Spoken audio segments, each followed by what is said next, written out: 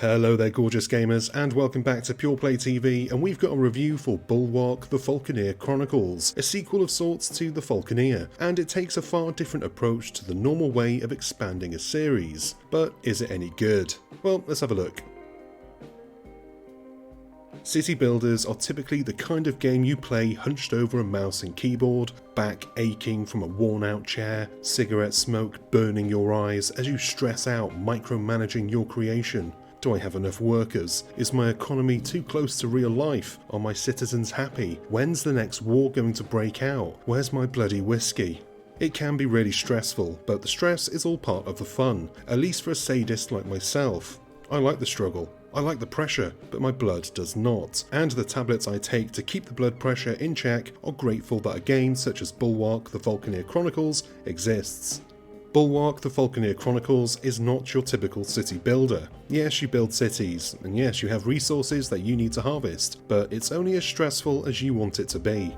Taking place on the violent, thrashing seas of the Great Ursea, Bulwark trusts you, the player, to take the time to play through its tutorial, learn its fairly simple systems, and then create your own world. You're free to build as far as the sea can shiver your timbers, align with different factions and play the political game, or declare war on those with the resources you want for yourself. It's a nice change of pace from being told, do this or fail. Bulwark has an interesting way of handing control to the player, not just in how they live out their story in the game, but how they interact with it.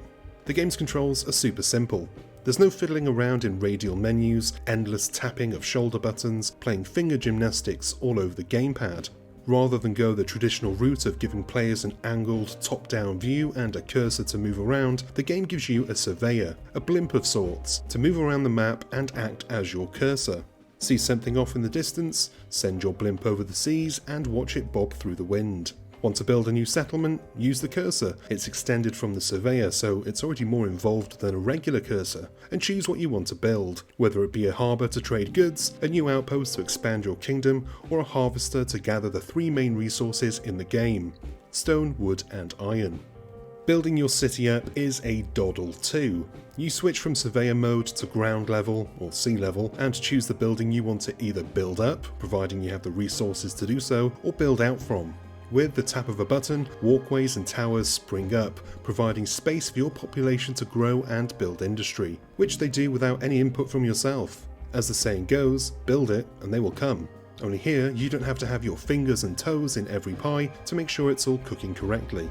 That's not to say that you don't have any agency. From the game's main menu, Thomas Salah himself chimes in with a few words, saying there are no mistakes and you should just build. Well, you can bugger it up, but I found that was when I rushed into it without taking the time to appreciate the in-depth tutorial. Trust me, you want to pay attention, otherwise you'll find yourself scratching your head, wondering how to get more resource extractors, or why your trade routes aren't working as they should. It's because you've assigned the wrong trade captains, dummy. Everything in Bulwark has been designed to be as simple as possible. From its controls, its politics, all voiced by a wide variety of British regional accents, which as a Brit I appreciate, and its visuals. Even with a sprawling metropolis on the sea, the screen is still easy to read. With a tap of RB or R1, you get a view of what resources are moving where via the coloured lines that spread from your buildings and harbours, almost like the arteries and veins of your creation. You can see which are pumping strong and which need a bypass.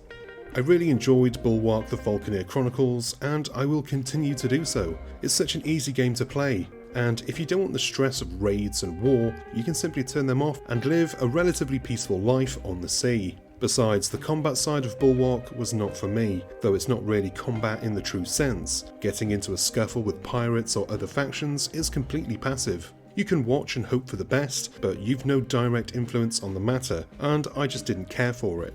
But bear in mind, if you want to be the mighty Ming of the salty sea, you'll have to engage in it on some level. Another knock against Bulwark is, surprisingly, in its controls. While they are super simple to understand and use, I sometimes found myself at odds with the game's camera, which resulted in building a walkway where I didn't want it to go. To be fair, there are no mistakes. You can demolish structures without penalty, or just accept that you've now got a walkway blocking your future planned harbour, and you're going to have to plan around it. Some indie developers tend to find their niche and stay in their lane, but Thomas Salah is different, and I hope here that the case is that he's found his universe rather than his niche, and can expand that universe with different genres. It would not be the first, of course, but with the Great Ursi as a template, and as Bulwark has shown, there's nothing that can't be built upon it.